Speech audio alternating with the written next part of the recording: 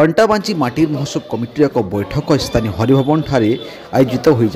कमिटीर आवाहक पुष्पकेतु बेहरा आवाहकतार अनुष्ठित बैठक में कंटाबांजी विधायक तथा कंटाबांजी माटी महोत्सव कमिटीर अधायक लक्ष्मण बाग सभापतित्व करते। आगामी मार्च 11 रु आरंभ होगा 3 दिनिया यह महोत्सव पर कौन सब कार्यपंथा हाथ को से आज बैठक में आलोचना कर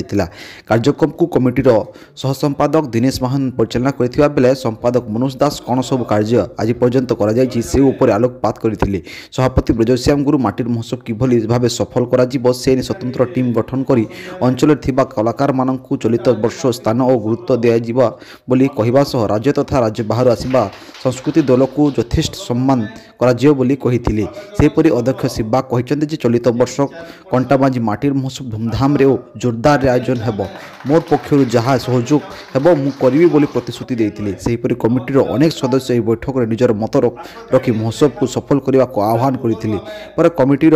सहसंपादक तुलसीराम जगत धन्यवाद अर्पण कर सभा सांग करथिले। आज बैठक में अन्य मानक मध्य उपसभापति कैलाशदीप संजय गांधी संतोष अग्रवाल प्रमुख मंचासन थिबा बेले कमिटीर अन्य पदाधिकारी माने समस्त उपस्थित थिले। जय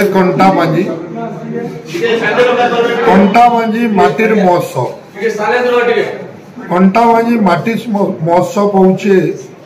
कंटाबांजी माट बार परंपरा ये आमर अंचल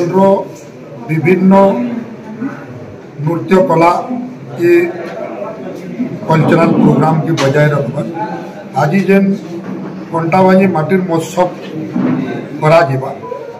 इन कंटाबांजी समस्त जनसाधारण एक